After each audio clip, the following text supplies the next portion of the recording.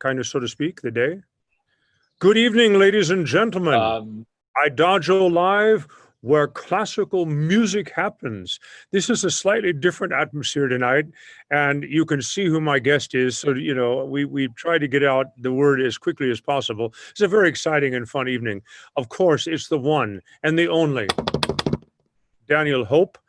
Tonight, we're going to have a nice conversation about music. Daniel and I are actually in Germany, in Bavaria, at the Schloss Elmau. And doing some filming for Daniel's extraordinarily popular, wonderful, incredible, great series called Hope at Home. Not only clever, but brilliant and useful. And you had, what, 500 million viewers, and now they're taking on the road. Daniel, welcome. Tell me about Hope at Home. What was that all about? What are we doing here? You called me up and I said, yes. So here I am.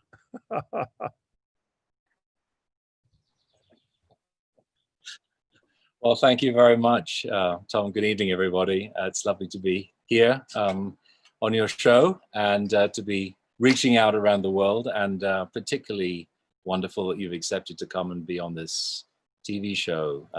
I had the idea during the lockdown towards the end of March to turn my living room in Berlin into a television studio and to broadcast every night for Arte around the world, not really knowing if it would work or what it would be like. And we were really thrilled to see that it kind of took the world by storm. We have now almost 5 million streams and over 50 episodes.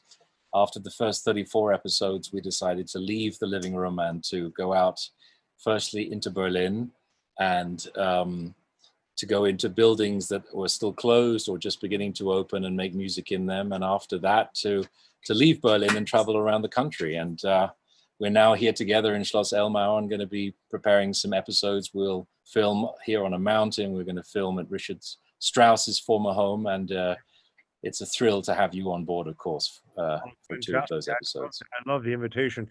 I mean, for a couple of unemployed artists, you were pretty busy. And actually, you've been incredibly busy. I mean, you've gone through, I don't know how much repertoire over the last month or 6 weeks. I mean, wow, I watched your show a lot. Yeah. Did you program? It's been a lot, but also, you know, it was always about having. Go ahead. Sorry, I didn't get you there. No, go ahead. Were you asking if I programmed it? Yeah, did you program all the programs? I did. I programmed everything from day one. And for me, it was always about having guests, or at least trying to have a guest, at least, if not every night, then every other night. And, you know, the other dream I had was to rejuvenate the idea of a house concert, you know, house concerts, which were so popular in the 19th century and in the beginning of the 20th century. And they've fallen a little bit by the wayside. And so the idea was to invite friends to come over when it was still in the living room and to ask them to do something, whether it was to sing, to play, to read, and to kind of share that experience together at a time during the lockdown, which of course was very difficult for everybody. Well, I think regardless of the lockdown and moving forward, I think it's going to be projects like this that will sort of enter a new dimension. Not only will we have the global concert halls of the world, but especially Adagio's global concert hall, where there's actually a paywall and people can pay a ticket, and the whole thing is produced for analog audience as well as digital audience. I think that's kind of a third dimension. But I think that for, like you say, for small concerts, small halls, living rooms, where you can just simply open the doors and windows a little bit and share.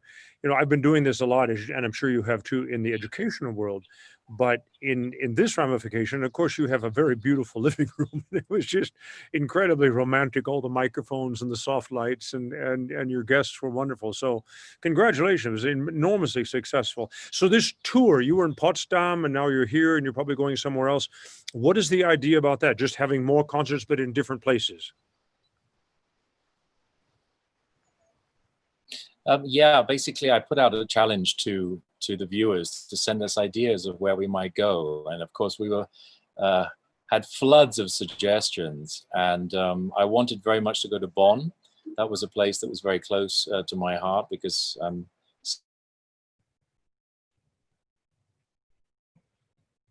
to pay tribute to Beethoven, especially because so many of the celebrations have fallen flat in his 250th anniversary year. Dresden was the next stop. I'm associated with the Frauenkirche Cathedral.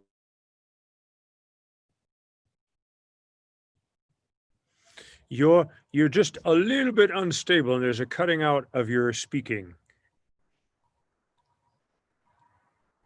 Are you there? Hello. Ah, you're frozen. But this is what's called live internet broadcasting. Yes, we're going to have Daniel reconnect and come back in. He's on the same wavelength that I am here at the hotel, so that should work well. He was just talking about having gone from the Berlin home atmosphere to Bonn, which he'll talk about that. He is, I believe, the artistic director of the Bonn Festival now. And I'll ask him that. He also is the artistic director of the Frauenkirche project in Dresden. And what time frame that is and how much he does, I'm not quite sure. So all these are questions that I wanted to ask him in the first place anyway. So as soon as we get him back, we will have these questions. We are going to, I'll tell you, we are going to go tomorrow with his group to, in fact, Richard Strauss's villa, which I've never been to, which I'm very excited, and do 3 Richard Strauss songs, Die Nacht, Traum durch die Dämmerung, and Morgen, all with violin obbligato and improvisation on some of it. And then we will also do the Maurice Ravel Kaddish as a duet, which we have done before a couple of times. And I think that's going to be incredibly special. This is an amazing corner of the world down here, I must say. It's nice to get out and about again. It was very exciting to get a call to come to a professional engagement. I have not sung publicly in any way, shape, or form since March. Grab a chair, son. There we go. My internet Your internet came up on it since February 23. So when Daniel called me and said, "Hey, I've got this idea. You want to come by?" I felt like a 21-year-old having his first professional engagement. And shortly before that, the Zurich Opera had called and said, "Yes, we have permission. We're going to do a little festival in July." And you were so, because I had told Mr. Homeke that if, you want a recital, I'd be glad to do a recital. So they called, and I was actually hiking. I was at 1,800 meters, and I still had phone. And then I really jumped down the mountain, I must say. I completely identify with all my wonderful young colleagues that I have working with me in Heidelberg and Berlin, because there's just nothing like being asked to be you, to be a musician, to share what we do. He's back. I apologize, ladies and gentlemen. We had an internet problem, and as we happen to be in the same hotel, I thought I'd stop by in Thomas' room. Of course, we're going to try and keep our distances here because I know it's important. So here we go. I'm healthy. You're healthy. We're good. Now, look, I improvised a bit. What is your actual title in Bonn, and what is your actual title in Dresden? And then keep on going. So my title in Bonn is president of the Beethoven House.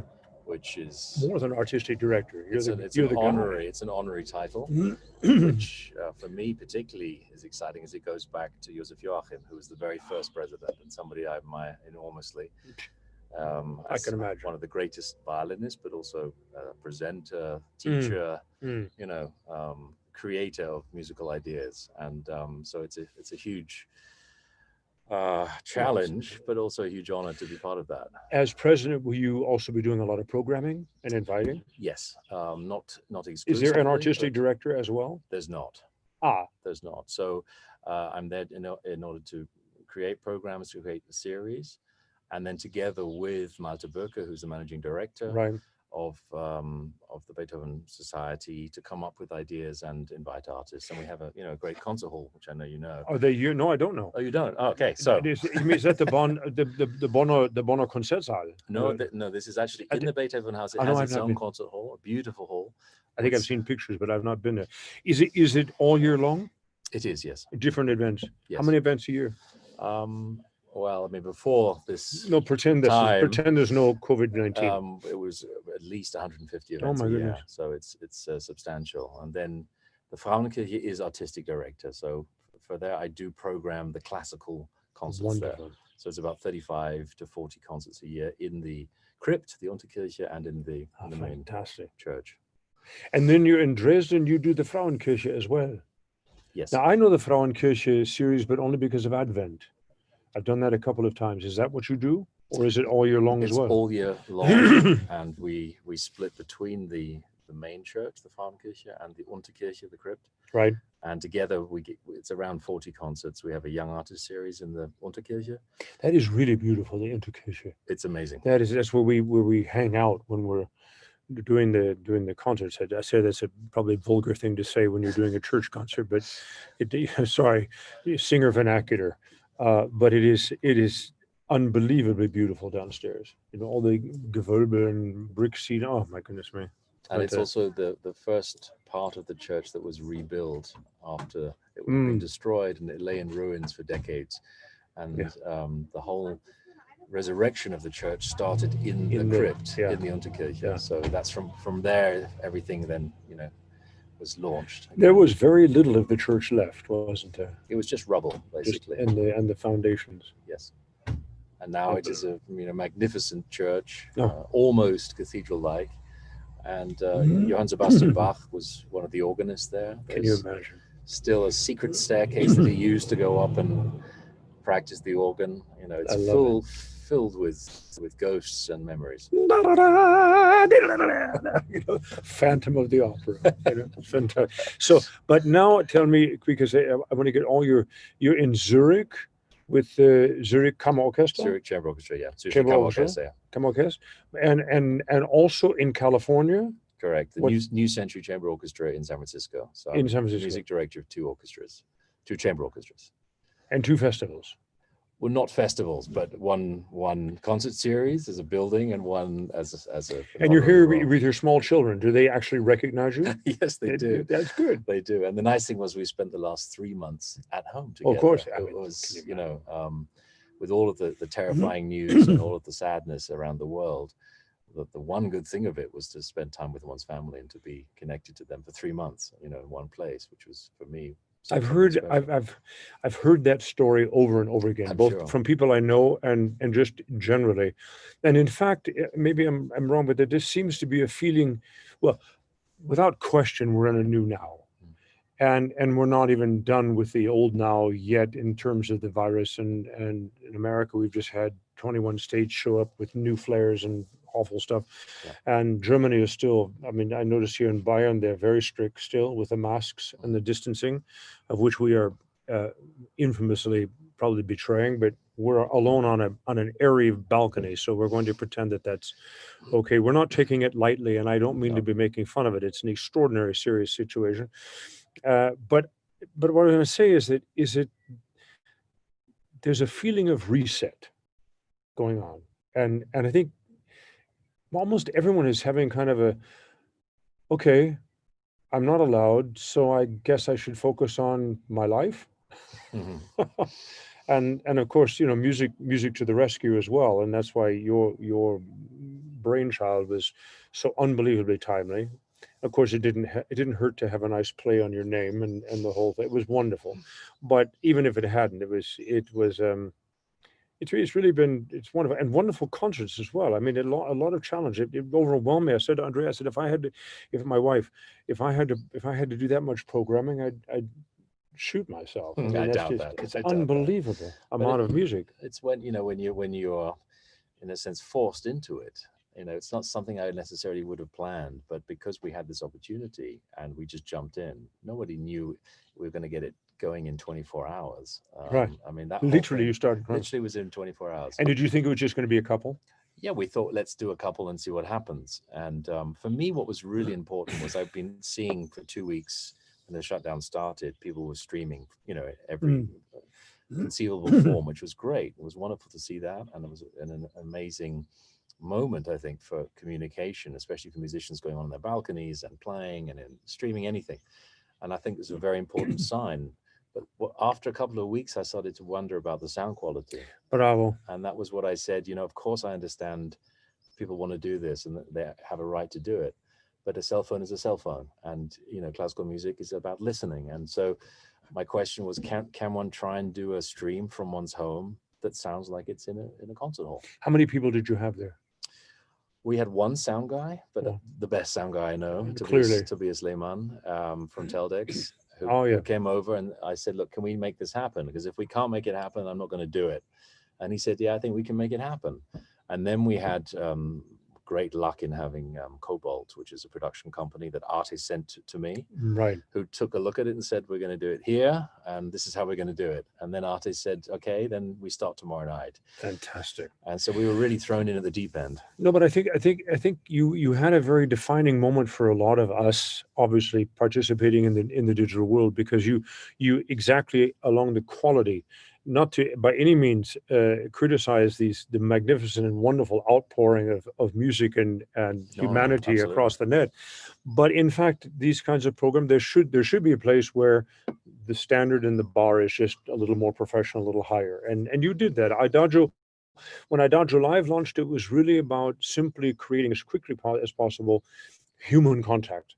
We don't play music on the shows. We have a playlist, and we're going to talk about that in just a minute. We have a playlist that people can click. I love to do screen share. Maybe I'll actually do that. We'll go look at his playlist. I love to show everybody how the Adagio platform functions. Yeah. But it wasn't about performing live, and we're on a Zoom platform connected into Adagio. You had a completely different world, but now moving forward, your standard is referred to a great deal. If it isn't that good, don't do it. Well, I mean, that's very kind. I never. I didn't mean the playing. I just meant the technical. Yeah. No, I mean, we tried to be as fast as we could, and we tried to come up with something that we thought would reach people.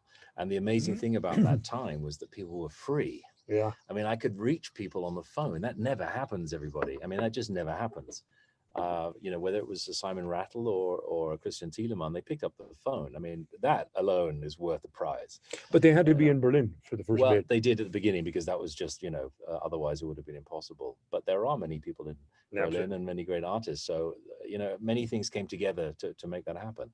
Now the challenge is going out, taking the living room with us. We're taking elements with us. You'll see some of the same paintings I've taken with us. We've got the Beethoven mask with us.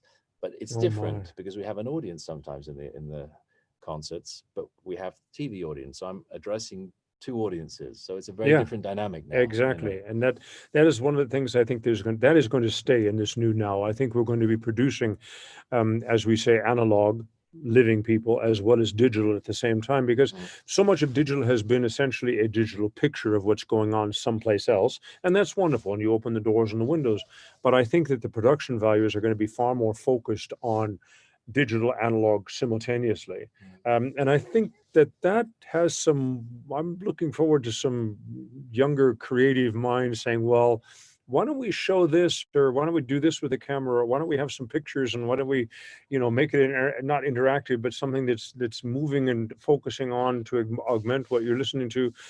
I think it could be very, very, very exciting. The Global Concert Hall, which is the initiative of Idagio, is the idea that also people love all of the free music, and that's terrific, but there's actually a real will to pay a ticket. There's a real will to support the artist and the artistic endeavor, and it's a modest amount of money to have a digital ticket, and you have it for 24 hours and it's gone. So it is a live event that you can partake. I believe you have to have a ticket to watch it in the 24 hours, but you can once you have a ticket, you can watch it for 24 hours if you want to, but you have to have a ticket. But again, it's just 12, 13, 14 euros. I don't want to say too much because I'm not exactly sure what the pricing is, but I think it's a wonderful adventure, and I've been fortunate enough to do a couple of interviews with our colleagues and launch that. It's great fun. It's been fun to visit with people. You're the first person I've sat next to in the last 6 weeks, so this is a monumental weekend. So obviously Zurich and San Francisco are shut down. They are, although Zurich, we just got the news 3 days ago that we are able to complete our season, do the concert on the 22nd of June. Of course, reduced, Limit of course, office, yeah. limited, and we'll do it twice, 2 1-hour concerts in the Fantastic. Markhalle. And On the 22nd of June. is it the 22nd Next or week. 23rd? I better check. Yeah. Whatever. Oh yeah, do say. No, I'll be back. I'll come. I want to say because literally it's so new. We only just found out. It is the 23rd. It's Tuesday the 23rd. We're going to be in Zurich, and finally I get to play with our orchestra again. I've been, that was one of the hardest things. We were on tour together at the beginning of March. We were doing a big tour with this Belle Époque album, and we played every night, and then literally the wall came down, and that was it. Yeah. And since then, nothing's happened. So, just at least the fact we can get back together again, play a couple of concerts. What are rehearsals like? Well, I don't know yet because we haven't done it. Are there restrictions? Well, there are the space restrictions. Yeah, you have to be 1.5 or 2 meters apart. I think it's now 1.5. Or 1.5. But it's very curious because it wasn't the Bamberger Symphony actually did a test and showed that there is no dissemination of either saliva, spit, or air inside of the orchestra room. I know that a colleague of mine, Andrea Schargel, did the old Italian school trick and took a candle and spoke to the candle. And of course, as we were speaking, the candle went out because of all the expression. When we sing, it's not air, it's vibration, right? And the candle just, he sang the opening to Otello. There's Otello, the candle just kind of went, okay, cool, So I think that, I want to assure our public that they're in absolutely no health risk, whatever, from us. Maybe the person you're sitting next to, I don't know, but the idea that people performing on stage are somehow a higher health risk, I think is well, I don't think it's not true. So hopefully people will get a little bit more comfortable. But again, the safety is without question, the safety, security, and confidence of people. I think we all said, look, the restrictions will go down, maybe there'll be a vaccine, but when are you actually going to find 1,000 people will sit next to one another like we do in concert halls? And, fair enough. I think it's going to take time. We are in a very hybrid situation, and God forbid another wave should come. Absolutely. Absolutely. No, it's troubling times. And I just read today an article in The Guardian that they think up to 70% of all theaters and concert halls in the UK will go bankrupt, up to 70%. Now, I saw the thing that the article that Sir Simon and Mark Elder, Sir Mark and Sir Simon wrote, which was extremely worrying. I think England is in. Well, it's the same thing in America. I don't know that we want to get into the ins and outs of the industry. I've been a little nonplussed that in the destitution, admittedly and recognizable, of institutions and presenters, that very few of those directors, if any, have actually come out and said, yes, okay, we're having it tough, but what about the rank and file of pay for play? And, this is a very serious problem. I have colleagues that, that are going to lose their apartments in America that are, if you got a mortgage and a couple of kids in school, this is a very, very worrying time. It is. I just it keeps me awake at night. It's awful, and I don't understand why we can't have. In Europe we've had this thing called Kurzarbeit. Why can't there be some Kurzarbeit formula that applies to this freischaffende Künstler, this whole amazing structure of people who are dependent upon that night's happening, one of the things I did in the very first show was to encourage people to donate to charity. And, in Germany, they had this Nothilfe for freelance musicians, where they set up a fund, an emergency fund. That fund is now, I think, something around like 1.8 million or something, which is of course a sizable amount. The question is, does it reach the people? Does it reach the players? And I hear mixed things. And just like you, I know people that also are waiting and don't know how to survive from gig to gig. I think that the chance to ask people to come and give is something we need to seriously think about. I also understand that a lot of people out there say, look, it's not just about musicians. you know, everybody needs help at the moment. The people who have restaurants, the people who have Yeah. small businesses, where do you start? You know, but you know, I'm a musician. I love music. I want to, as you, I want to keep music alive. So, you know, my priority is certainly to help musicians as much as I can at the moment. I mean, You know what, and we'll move on because I want to talk very much about your two recent albums, but as an artist and arts advocate, as it will, and not as ubiquitous or as developed as you are, but nevertheless participating, I'm concerned that as the political contemporary conversation is, okay, pandemic more behind us than in front of us, we're now going to start opening up. And the first question is going to be politically, what is the first, second, third thing that people need to get their lives back together? Now, how many of those positions do you think we're going to have to go through before people say, well, you know, gee, I hope I get back to the museums and we'd love to go to a concert hall and, you know, well, the humanities and the arts and so I'm concerned that what's going to happen is that what we do, whether it's classical or any other type of performance medium, is going to fall into the sort of the characterization of distraction or something outside of those things that we're trying to put together back in our lives. And I feel so amazingly passionate that the arts and humanities are the blueprint of who we are, what we perform, and the stories we tell musically and with words are the evidences of lives experienced in another epoch, if you will, the exact same things. It's about humanity. It's not just clever and cute, and we don't play Beethoven because, oh my gosh, he just did it a lot better than Hummel. That's not the point at all. And I'm sure as president of the Beethoven Society, would we call it? I mean, you must confront this all the time. Absolutely. And, you know, in Germany, they have this terrible discussion of Systemrelevanz, this horrible word. I hope it's the worst word ever, which means, you know, being relevant to a system.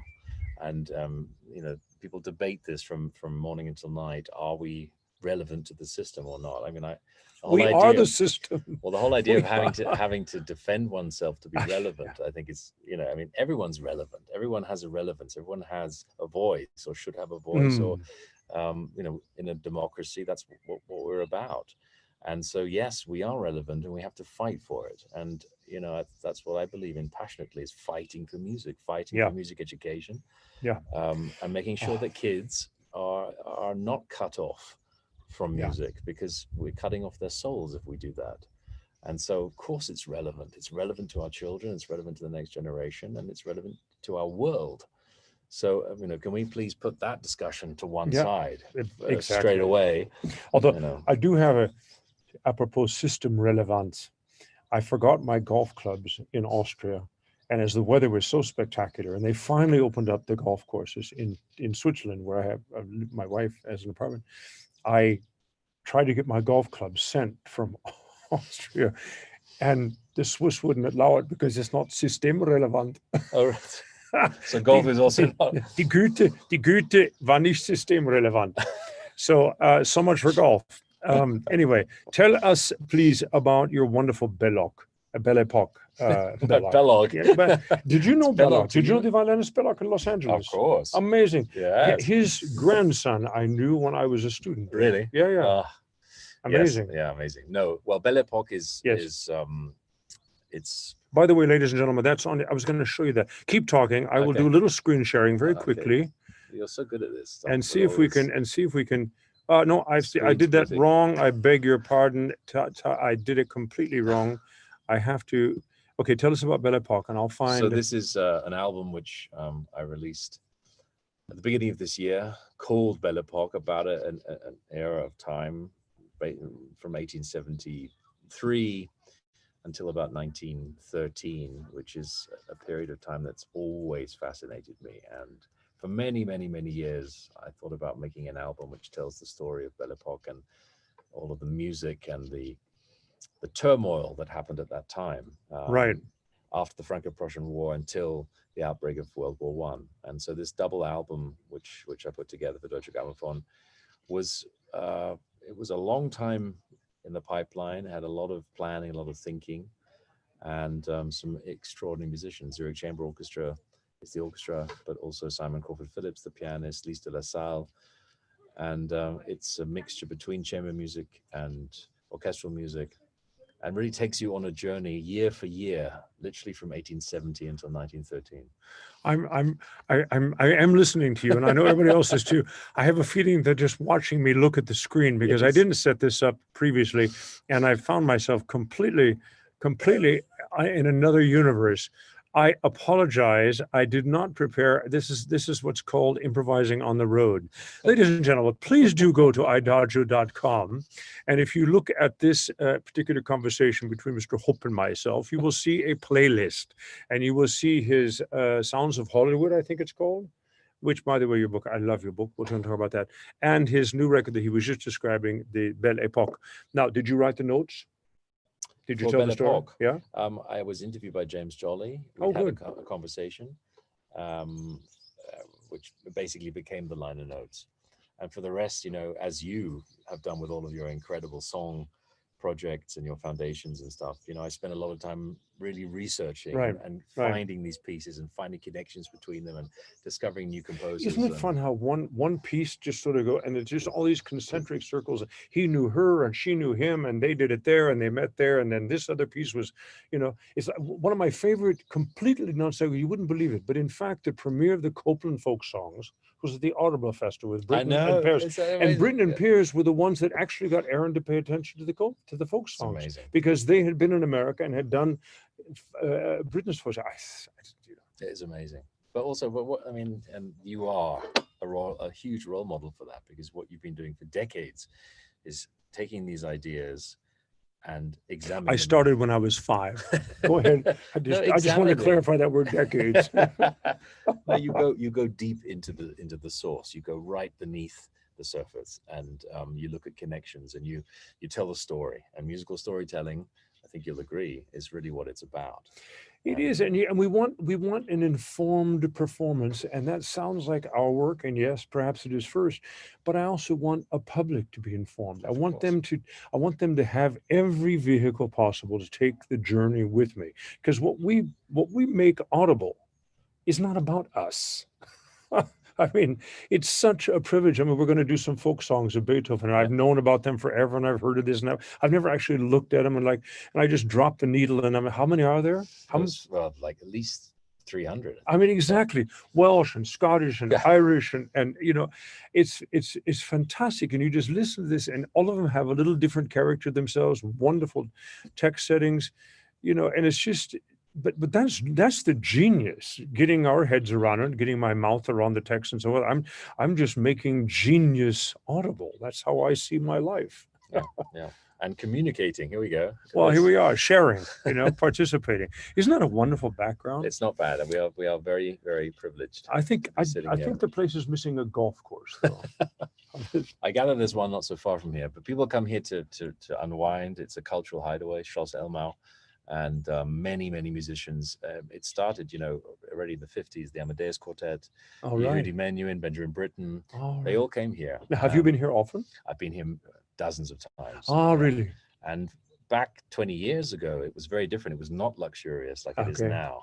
It was very simple, very Spartan. The idea was to get away from luxury, actually, and to go and hike and to be up in the hills. And it had a very different kind of feel to it. For 50 or 60 years, and then slowly and surely it changed a little bit, and now we have this amazing hotel here.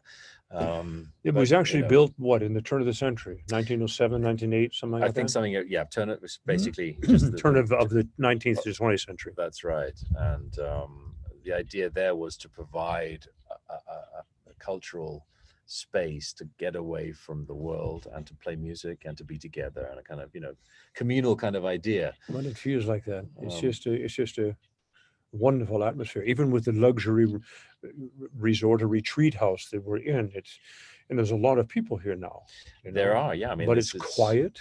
People are extremely respectful of one another's space, if you will. And that's not just because of the so-called social distancing, which I think is just an awful term, but never mind. It is what it is. It is what it is, yeah. But it's, I think, also been a challenge for them because, of course, it was shut for many months, and they have such an important cultural program. Really wonderful artists, writers, lecturers come here, give talks about everything. I mean, it's not just dedicated to music, it's dedicated to culture. Schloss Elmau is about culture and keeping it alive. And now it's become a luxury resort. So of course, it's a privileged place to come to. But the artists usually come here because they love it and because they get to come with their families and they get to spend a few days here. They don't get paid to come here. They come because they love being here and they get to stay here.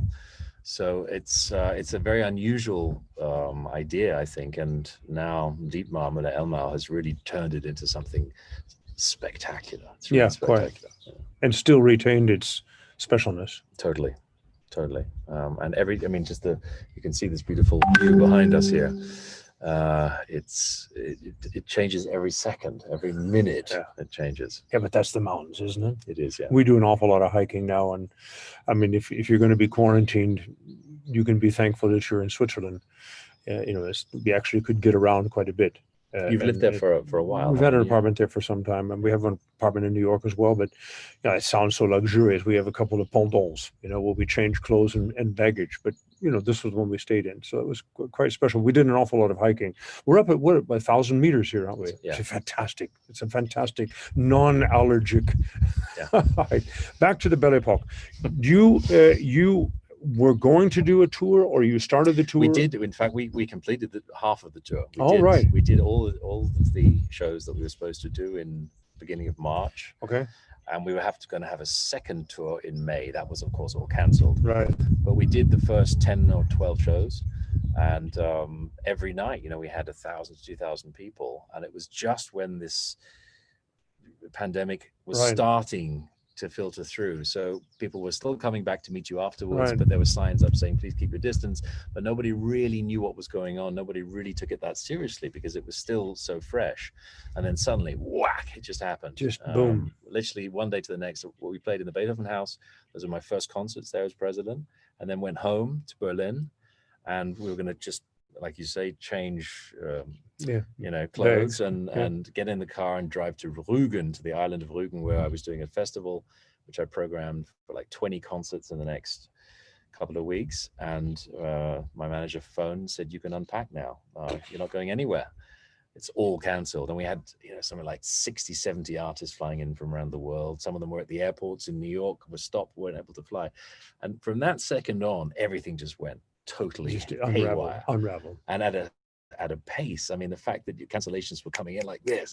I was on my way to general rehearsal in Israel, in Tel Aviv, and I read about that. And well, that was Mr. Lebrecht was very nice and said and wrote a nice article and said in some horrific title that the coronavirus has derailed Hampson, asked to leave Israel. He didn't even say that. And my Facebook just lit up with people that thought I had coronavirus. Dear me. So I did this video and I called Norman, which kind of shocked him that I got his number. I called. I said, "Can you, Norman, Tom here? Can you do me a favor? Can you just unpack it and repack it? I'm okay. Say I'm okay. Israel does not want people that had come from Switzerland to be here and so. But but you're right. It was just one second of that. I wanted to ask something else. When somebody listens to this concert, this Belle Époque, and because you were so eloquent in describing it, as I was fishing around trying to have somebody find it, I apologize.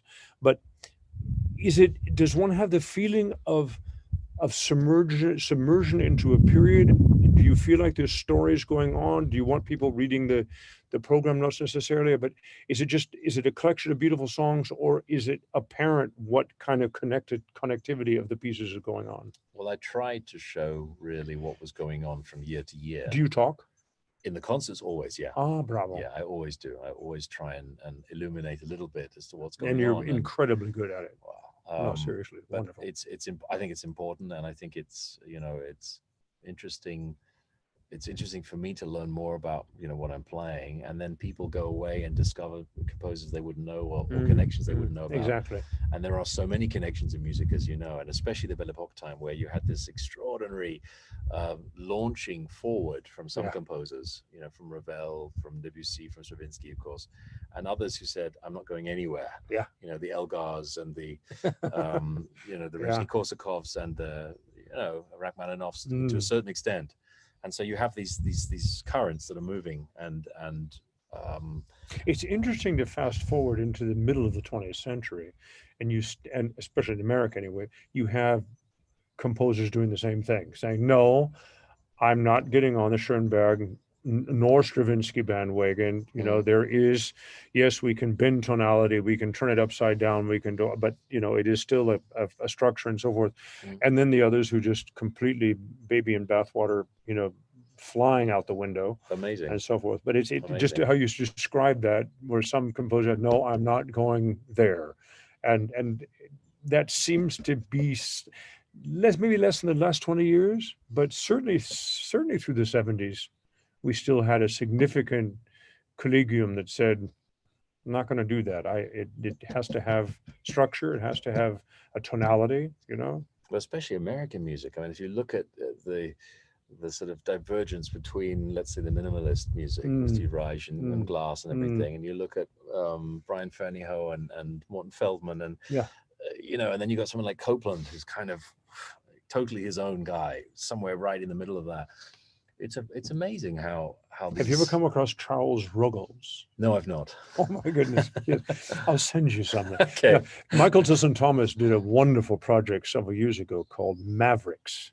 And Michael would be such a third wonderful, well, we could just sit and let Michael talk. Can we not zoom him in? Yeah, Michael, are you there? And I've actually, we talked to him. He's going to come, and I'll ask him about this, because it's that connective tissue of these schools of thoughts and that handful of extraordinary composers that you don't really know, but it's music that is really out there someplace.